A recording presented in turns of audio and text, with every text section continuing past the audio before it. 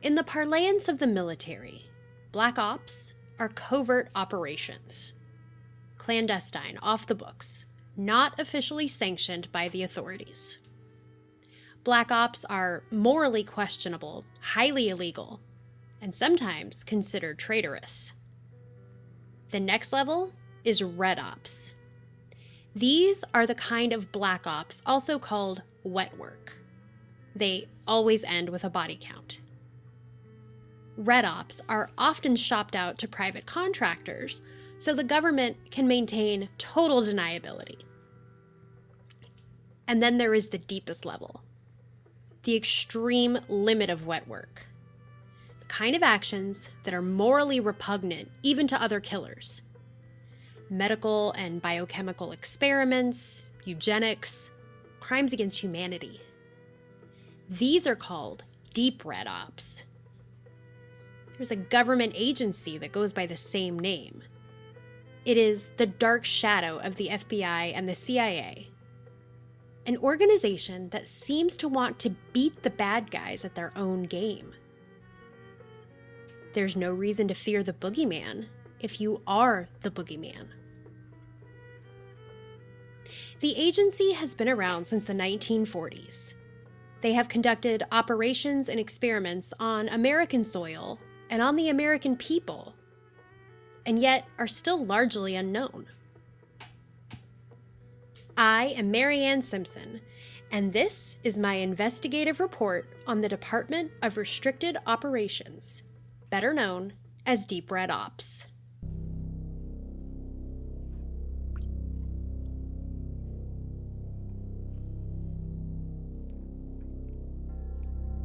Drinking whiskey in the kitchen and telling scary stories around the fire.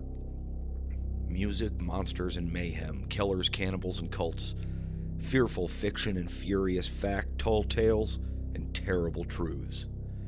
This is a scary home companion.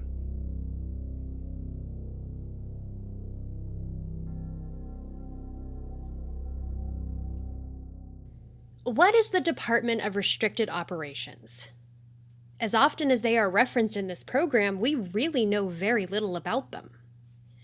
This is because, more than anything else, the DRO is good at controlling the release of information and staying hidden in the shadows.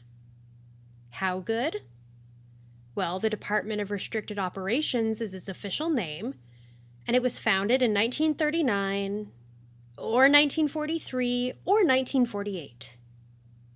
No one is quite sure, although the consensus is that it's narrowed down to that 10-year period. The first director was a man named John Spires.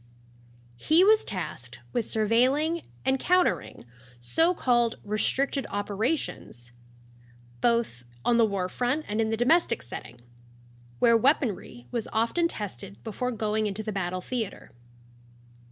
It was a think tank, studying everything from terrorist activity and black ops to fringe science and occultism. They kept tabs on all of it and developed their own countermeasures. They had to assess potential threats and prepare for ways to nullify those threats. But now it seems the DRO itself is the threat. Even in our information age and transparent government, it is difficult to find information about the DRO. It's even more difficult to get people to talk about them. Joining me once again is Charles Pepperweather. Always a pleasure to speak with you, sir. Delighted, I'm sure, Mrs. Simpson. Before your career as a speaker and an author, you were a social worker, right? Quite right. Part of the psychology program. And where did you work? Slate County Corrections in Pennsylvania. During your tenure there, one of the prisoners you worked with was Sarah Whitlow. Is that right? I say, I beg your pardon. Thought we were here to talk about my new book. Oh, we are. I just learned about this, and I had to ask if you had any insight into the mind of a famous killer.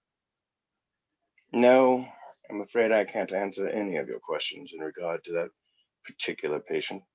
Binding non-disclosure agreement and all.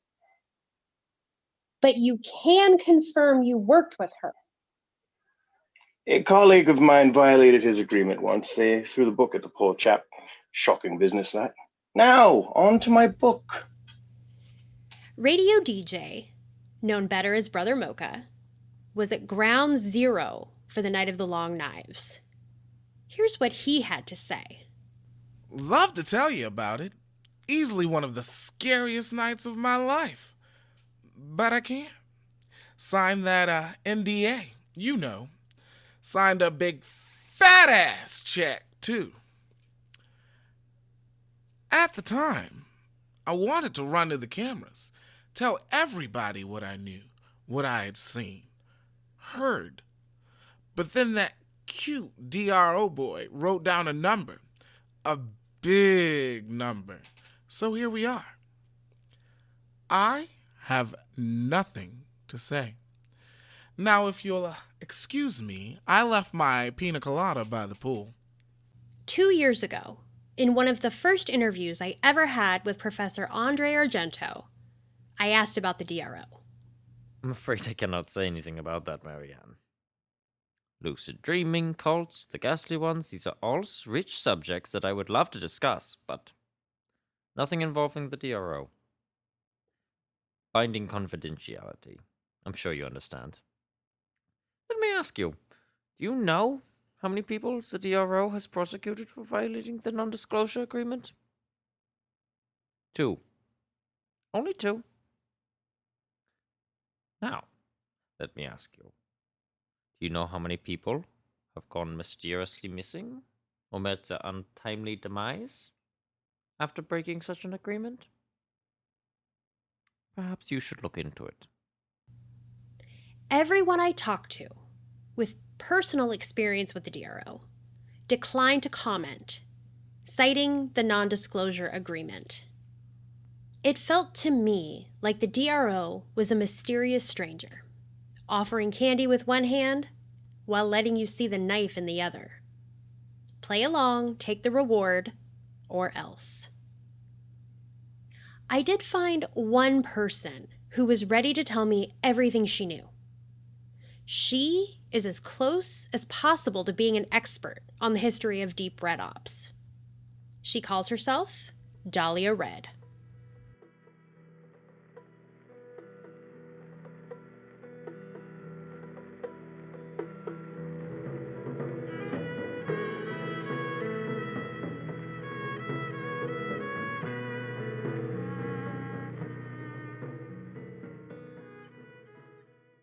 The Dahlia Redd opinion started with a website and a podcast in 2010, born from what most people would just consider a coincidence. The same federal agent photographed at 2 very different crime scenes in 2 very different investigations. The Death Trap Killer, DTK, in Texarkana, and the Hand Collector in Seattle.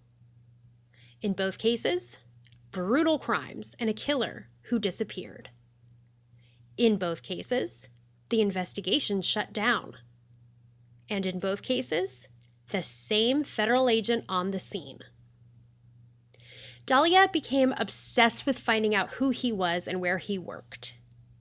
This led to her discovery of the Department of Restricted Operations. In 2013, following the Night of the Long Knives, Dahlia Redd went offline, just completely off the grid. A year later, she resurfaced in the undercurrent of the dark web, completely anonymous, in a remote, isolated location with her own server farm, where she resumed her broadcast.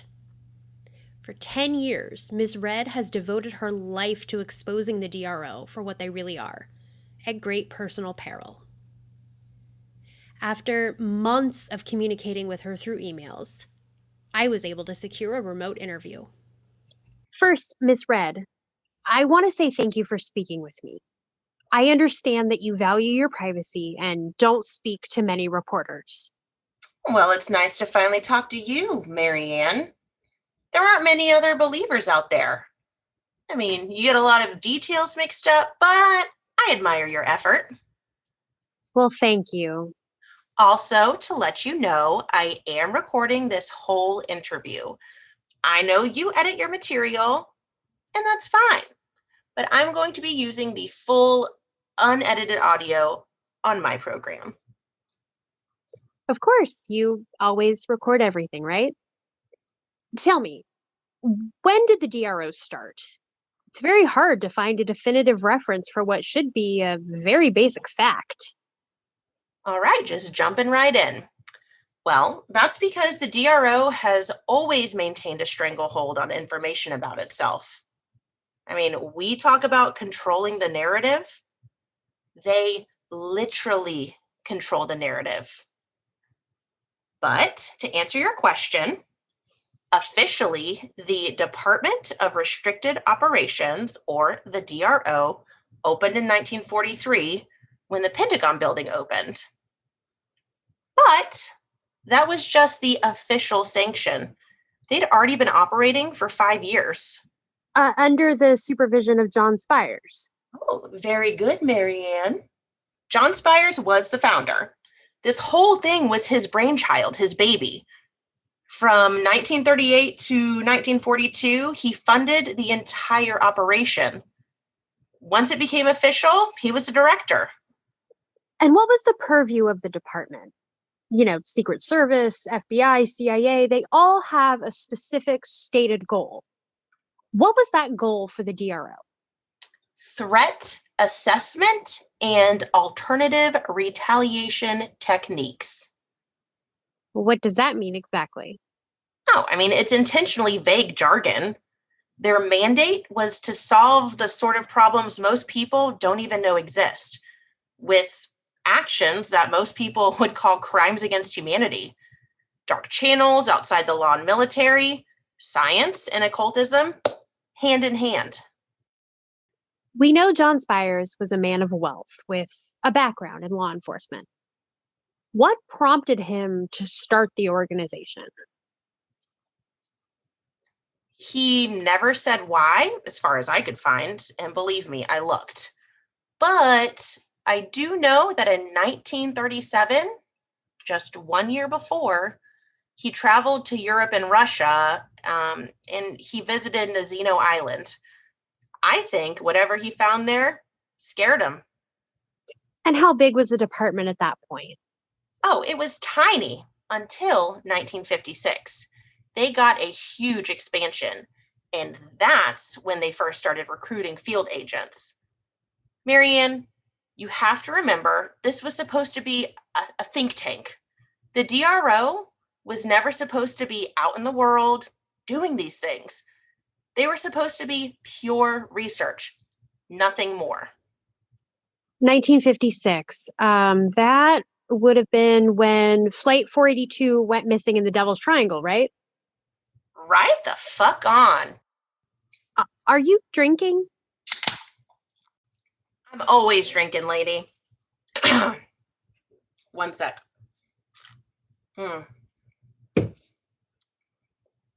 So, that flight broadcast was what got the DRO a funding boost.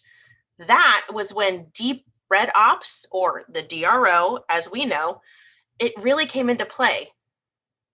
Do you know how they got their nickname? Deep Red Ops. That's a military expression. Oh, it is now, but it didn't used to be. They call this sort of work Deep Red Ops because of these people and what they do, not the other way around. Shit, before them, no one other than Nazis ever conceived of doing this type of fuckery. You said that the DRO controls the narrative. As an agency of the government, don't they have some level of oversight?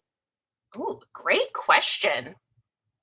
And yes, they should, but no, they don't.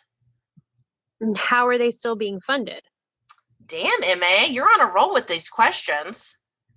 And they're not. What do you mean? I mean that in 2002, after the 9/11 attacks, The bureaucrats in DC were slashing everybody's budget to beef up the military and start Homeland Security. They found that the DRO had not been receiving any government funding for almost 20 years. So they no longer had the authorization of the government. Oh, I mean, they didn't have authorization, but they damn sure had the authority. They were so well established, there was nothing anyone could do. Oh, of course there was. Okay, and what would that be, Mary Anne? Who do you think was going to tell Deep Red Ops, you know what, guys? Good run, pack it in, you done. Well, I just think, I get it. It shouldn't happen this way. I agree. It seems like it couldn't happen. But think of the DRO like this. Imagine you have a big house, huge, and you have all your friends and family staying with you. You even have crazy cousin Frank, who you let have a room, and you give him a job as the janitor for the place. You pay him to do the dirtiest jobs there are.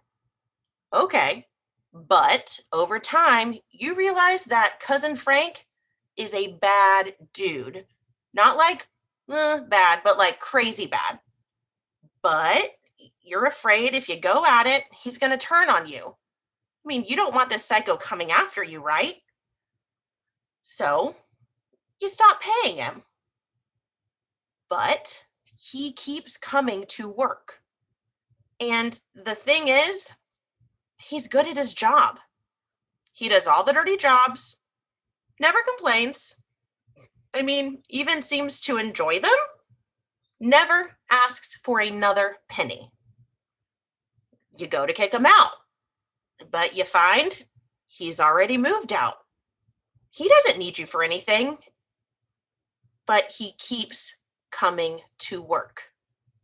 So, how do you tell him to go away?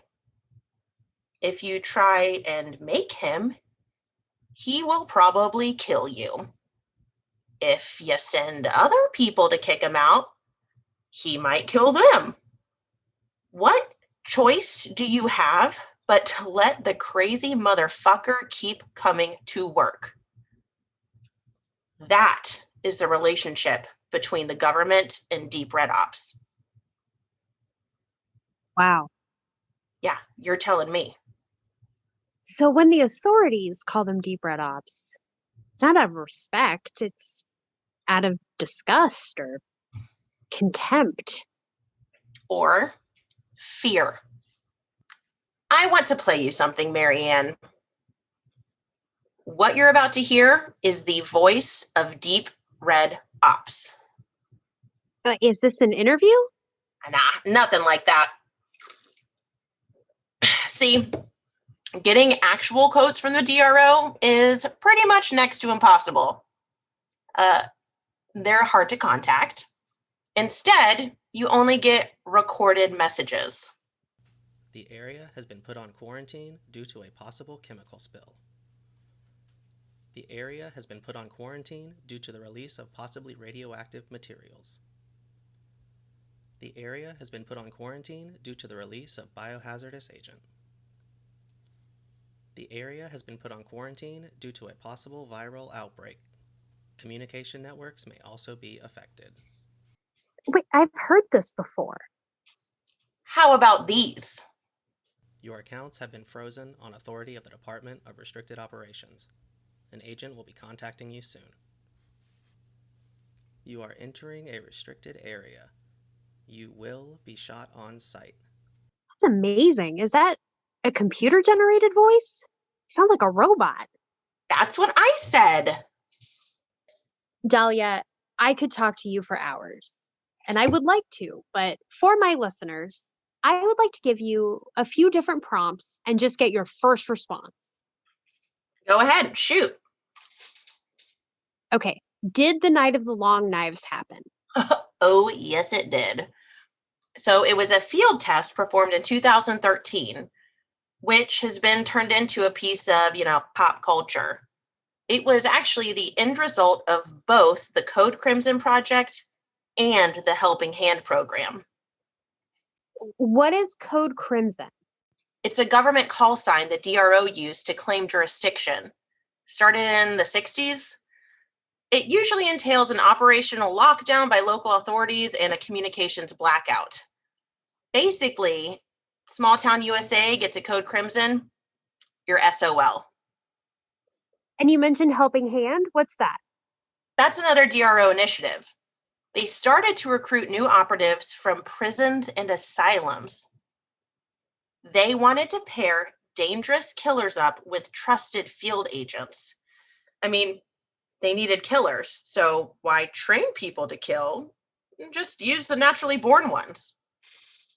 God, that's monstrous. No, that's psychotic. What's monstrous is that I've heard Helping Hands was an offshoot of an earlier project where they were trying to breed their own natural born killers in captivity. Holy shit. What can you tell me about the infamous truce between the DRO and the One True Faith? Did you know that even though John Sunday is officially deceased, he still has a permanent Code Crimson status? That means no one can ever dig up his body, like ever. Don't you find that a little odd? And what caused the massacre at Black Site 1? I mean, the details aren't known, obviously, no matter what your show says. But in 2014, the site went offline. Soon after, the whole area went dark. They actually extended the perimeter out by 10 miles in every direction. It's always been a no-fly zone, but now it isn't even watched by satellites. It's totally dark. So, whatever happened there, no one is ever supposed to know. Do you have a theory? Of course, I have a theory. That site was for research and development. I'm guessing a biological agent, maybe viral, got loose. Hell, it could have even been radiation. No way to really know. I know that your personal campaign is to find the truth about Project Punchbowl. Now, this is something I can't get anyone else to even say the name of.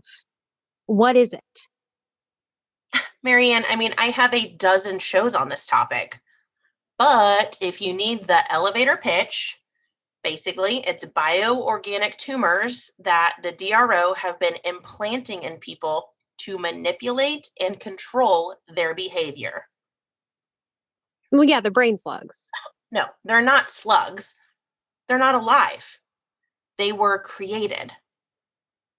I don't know how they work, but I know the DRO is behind them. It's how they control their army of killers. Wait, I know what you're talking about, of course, but I've just never heard them discussed in this context. You know, the theory is they came from the island, right? Yeah, mythology, Mary Anne. No more real than Zeus or Noah in the Ark or Isis and Osiris. I've heard all the scary stories, but they're simply make-believe. These tumors are very real. And you have evidence of this. Paperwork, documents, photos, Zapruder films? No. But I talked to a woman once. Also did a show on that. I'll send it to you, Mary Anne. You need to listen to it. She was a guinea pig in Project Punchbowl. They were putting these tumors into people's heads. But you've never seen the evidence, right? You've never seen one of these tumors. Actually, yes. Once. Do you remember Dora Cochran? Yeah, of course. We spoke almost 3 years ago. She said she had one in her possession that came from barbed wire Henry's skull. She refused to show it to me. I heard that one. Well, don't feel bad. I talked to her for months, like months before I ever met her. And it was months after that before she showed me. But Eventually, I saw one. Mary Anne, I saw a tumor. They are real. What about the end of days or the ghastly ones? And that's a different story. Okay, after decades worth of evidence, surely you must admit that Decades worth of evidence? There is evidence that people believe in the ghastly ones, but having faith that something exists doesn't mean that it does. However, I will say this. I may not think the island is real, but Deep Red Ops does. I recorded for over 3 hours with Dahlia that night. I'll bring you more from her in the future, but there were some claims she made that I could not report in good conscience without some sort of verification. Accusations of horrors that I find hard to repeat. What we discuss here is just the tip of the iceberg. My name is Mary Anne Simpson, and let's hope this isn't my final special investigation.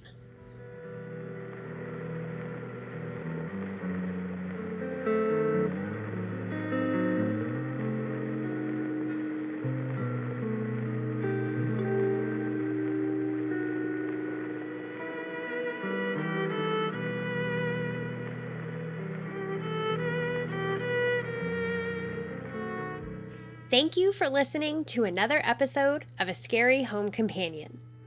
If you like the show, please subscribe, share on social media, and check out our Patreon. You can email the show at ascaryhomecompanion@gmail.com. Our show is executive produced by Jeff Davidson and Nathaniel Arthur Hensley. Guest voices this week are Dan Jopling, Buck Rogers, Alex Evans, Eric Taylor, and Ashley Webster. Music for this episode came to us from Devil Music with A Woman's Decision, and as always, Chelsea Oxendine with the theme music.